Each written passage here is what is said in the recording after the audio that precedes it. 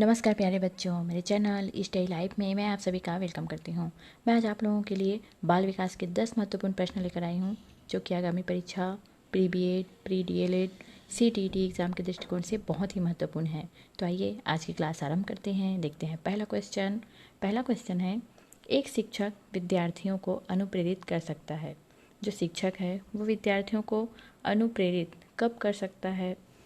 पुरस्कार देकर, सही मार्गदर्शन कराकर, उदाहरण देकर, कक्षा में भाषण देकर। तो कक्षा में अगर हम विद्यार्थियों को भाषण देते हैं तो बच्चे जो हैं उसे कुछ समय तक ही अपने मन में रखते हैं, उसके बाद धीरे धीरे करके उसे भूल जाते हैं, तो उतना ज़्यादा इफेक्ट नहीं पड़ता है। उदाहरण देंगे तब भी बालक बालिका बच्चे जो हैं नहीं सीखते हैं। सही मार्गदर्शन कराकर, सही मार्गदर्शन पॉजिटिव चीज़ें कितना भी सिखाया जाए लेकिन उसका भी प्रभाव उतना ज़्यादा नहीं रहता। तो एक शिक्षक जो है विद्यार्थियों को अनुप्रेरित कर सकता है पुरस्कार देकर। अगर बच्चों को हमें अनुप्रेरित करना है तो उन्हें पुरस्कार देना चाहिए। जैसे मान लीजिए किसी क्लास में बच्चा जो है फर्स्ट आया है, तो अगर हम उसे पुरस्कार देते हैं तो बाकी बच्चों में ये भावना आती है कि इसे पुरस्कार मिल रहा है तो इसकी जगह मैं क्यों नहीं आ सकता, मैं ऐसा क्यों नहीं कर सकता। तो बच्चे जो हैं इससे अनुप्रेरित होते हैं, इसको पुरस्कार मिल रहा है, मैं भी कोशिश करूँगा, मैं भी पढ़ूँगा और मुझे भी ये पुरस्कार मिलेगा। ऐसे बच्चे में भावना जो है वो आ जाती है, वो अनुप्रेरित हो जाता है। तो इसका राइट आंसर रहेगा ऑप्शन ए। चलिए बढ़ते हैं सेकंड क्वेश्चन है, यदि कोई विद्यार्थी आपका सम्मान नहीं करता है, आप एक शिक्षक हैं और कोई विद्यार्थी है जो कि आपका सम्मान नहीं करता है, तो ऐसे में आप क्या करेंगे? उसकी उपेक्षा करेंगे। उपेक्षा मतलब उसके ऊपर कोई ध्यान नहीं देंगे, परीक्षा में कम अंक देंगे, उसके अभिभावकों से बात करेंगे, उसे डांटेंगे। डांटना बिल्कुल नहीं है, डांटने से बच्चों के मन में और बहुत ज़्यादा डर हो जाता है और डर से ज़्यादा वो आपका जो सम्मान अभी नहीं कर रहा है वो आपको कुछ मानेगा ही नहीं अगर आप उसे डांटेंगे तो। उसकी उपेक्षा करेंगे तब भी बालक के अंदर और जो भावना है वो बढ़ती जाएगी। परीक्षा में कम अंक देंगे, परीक्षा से इसका कोई संबंध नहीं है, वो एग्ज़ाम में बच्चा जो है जैसे बनाया है आपको वैसे ही मार्क्स देना है। तो उसके अभिभावकों से बात करेंगे कि क्या बात हुई है कि बच्चा जो है आपका सम्मान नहीं कर रहा है। कुछ ना कुछ उसके मन में मतलब आपका कोई व्यवहार हो सकता है ऐसा कि उसको बुरा लगा हो, जिसके कारण ऐसा उसका व्यवहार परिवर्तन हुआ है ना। तो हम उसके अभिभावकों से बात करेंगे। ये रहेगा इसका right answer option C. Next question है, शिक्षण का सत्तावादी स्तर है। शिक्षण का जो सत्तावादी स्तर है वो क्या है? शिक्षक केंद्रित, छात्र केंद्रित, प्रधानाध्यापक केंद्रित, अनुभव केंद्रित। तो शिक्षण का सत्तावादी स्तर है शिक्षक केंद्रित। शिक्षक केंद्रित में अगर शिक्षण जो है अगर सत्तावादी स्तर तक है तो वह शिक्षक तक ही केंद्रित हो जाता है। तो इसका राइट आंसर रहेगा ऑप्शन ए। नेक्स्ट क्वेश्चन है, चरित्र का विकास होता है। चरित्र कैरेक्टर का विकास कब होता है? इच्छा शक्ति द्वारा, बर्ताव एवं व्यवहार द्वारा, नैतिकता द्वारा, उपयुक्त सभी के द्वारा। तो चरित्र का विकास होता है इच्छा शक्ति के द्वारा भी होता है, बर्ताव और व्यवहार से भी उसका विकास होता है। हम कैसा व्यवहार कर रहे हैं, कैसा बर्ताव कर रहे हैं, इसे भी पता चलता है। नैतिकता, मोरलिटी के द्वारा, इसीलिए स्कूल में नैतिक मूल्य जो है वो सिखाया जाता है। घर में भी बच्चों को नैतिक मूल्य की शिक्षा दी जाती है। तो इसका राइट आंसर रहेगा ऑप्शन डी, उपयुक्त सभी के द्वारा। चलिए बढ़ते हैं नेक्स्ट क्वेश्चन है, निम्न में से कौन सा शिक्षण का अधिगम स्तर नहीं है? देखिए, शिक्षण का अधिगम स्तर नहीं है, लास्ट में पूछ रहा है नहीं है, इसके ध्यान से देखना है। तो सबसे पहले तो हम देखते हैं कि शिक्षण का अधिगम स्तर क्या है, फिर ऑटोमेटिक पता चल जाएगा कि क्या नहीं है। ऑप्शन ए विभेदीकरण स्तर, ऑप्शन बी स्मृति स्तर, ऑप्शन सी चिंतनशील स्तर, ऑप्शन डी समझ स्तर। तो शिक्षण का अधिगम स्तर स्मृति स्तर है, चिंतनशील स्तर है, समझ स्तर है। ये शिक्षण का अधिगम स्तर है। समझ के द्वारा भी हम सीखते हैं, चिंतनशीलता भी आती है, स्मृति भी होता है, लेकिन विभेदीकरण स्तर नहीं होता। तो अधिगम का स्तर नहीं है, इसमें आएगा विभेदीकरण स्तर, ऑप्शन ए।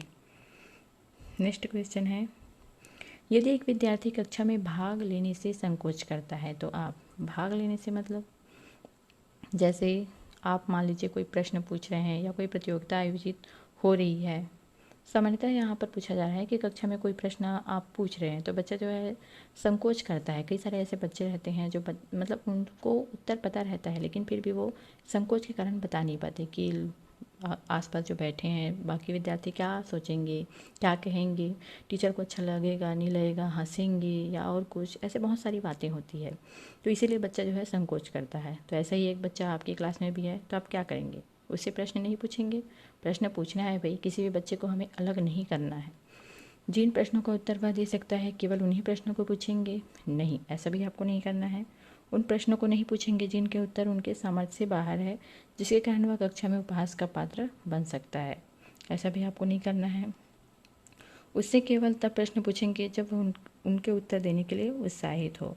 तो इसका राइट आंसर रहेगा कि यदि एक विद्यार्थी कक्षा में भाग लेने से संकोच करता है तो आप उससे केवल तब प्रश्न पूछेंगे जब वह उनके उत्तर देने के लिए उत्साहित हो, जब वो लगे आपको कि बच्चा जो है बताना चाह रहा है। किसी भी बच्चे का जो चेहरा है उससे देखकर पता चल जाता है कि बच्चा जो है बताना चाह रहा है कि नहीं बताना चाह रहा है। तो हम उससे तब प्रश्न पूछेंगे जब वह उनके उत्तर देने के लिए उत्साहित हो। तो इसका राइट आंसर रहेगा ऑप्शन डी। चलिए बढ़ते हैं नेक्स्ट क्वेश्चन। नेक्स्ट क्वेश्चन है, शिक्षक का बर्ताव होना चाहिए, जो एक शिक्षक है उसका बर्ताव कैसा होना चाहिए?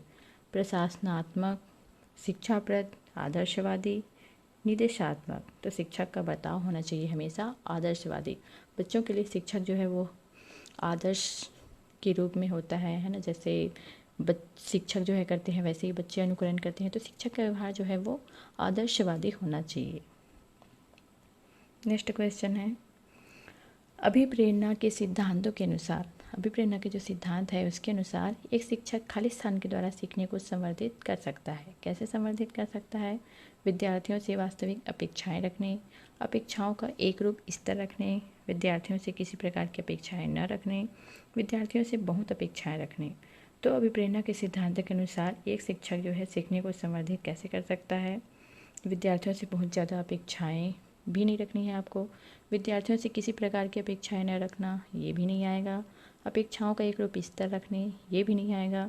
विद्यार्थियों से वास्तविक अपेक्षाएं रखनी, आपको विद्यार्थियों से अपेक्षाएं रखनी है कि हम पढ़ा रहे हैं तो आउटपुट भी हमें कुछ मिलना चाहिए। ऐसा नहीं है कि आप पढ़ा रहे हैं बस क्लास में जा रहे हैं आ रहे हैं हो गया, बस यही नहीं है, अपेक्षाएं आपको रखनी है। तो इसका राइट आंसर रहेगा ऑप्शन ए।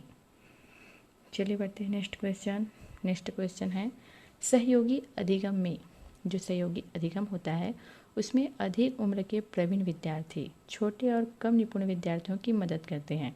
जैसे कई बार ऐसा होता है कि सभी टीचर जो हैं वो उपस्थित नहीं है, किसी कारणवश कहीं ट्रेनिंग चल रहा है या कहीं गए हैं, तो एक टीचर है या टीचर नहीं है, एक टीचर सामान्यतः होता है। तो आप सभी क्लास को तो संभाल नहीं सकते। तो जैसे कि मान लीजिए 6, 7, 8 है, तो 8 क्लास के विद्यार्थी जो अच्छे हैं पढ़ाई में उनको हम क्लास को संभालने बोलेंगे कि आप जाइए 6, 7 में वहाँ पे देखिए। तो वही यहाँ पे बोला जाए कि सहयोगी अधिगम में अधिक उम्र के प्रवीण विद्यार्थी छोटे और कम निपुण विद्यार्थियों की मदद करते हैं। अब 8 क्लास वाले थोड़ा सा मतलब उनका जो मेंटलिटी है वो थोड़ा सा बढ़ गया है 7th और 6th की अपेक्षा, तो वो जो है जाएंगे, उनको सिखाएंगे।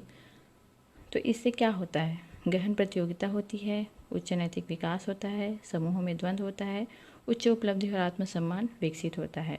तो इससे योग्य अधिगम में अधिक उम्र के प्रवीण विद्यार्थी छोटे और कम निपुण विद्यार्थियों की मदद करते हैं। तो इससे उच्च उपलब्धि और आत्मसम्मान जो है वो विकसित होता है। तो इसका राइट आंसर रहेगा ऑप्शन डी। नेक्स्ट क्वेश्चन है, जब पूर्व का अधिगम नई स्थितियों के सीखने को बिल्कुल प्रभावित नहीं करता तो यह खालिस्तान कहलाता है। जब पूर्व का जो अधिगम है वो नई स्थितियों के सीखने को बिल्कुल प्रभावित नहीं कर रहा है तो वह क्या कहलाएगा? अधिगम का शून्य स्थानांतरण, अधिगम का निरपेक्ष स्थानांतरण, अधिगम का सकारात्मक स्थानांतरण, अधिगम का नकारात्मक स्थानांतरण। तो जब पूर्व का अधिगम नई स्थितियों के सीखने को बिल्कुल प्रभावित नहीं करता तो यह अधिगम का शून्य स्थानांतरण कहलाता है। तो इसका राइट आंसर रहेगा ऑप्शन ए। तो चलिए आज की क्लास यहीं समाप्त करते हैं। आशा करती हूँ आप सभी को मेरा वीडियो अच्छा लगा होगा। स्टडी रिलेटेड क्लास से जुड़े रहने के लिए मेरे चैनल को सब्सक्राइब करें, वीडियो को लाइक और शेयर करना ना भूलें। धन्यवाद।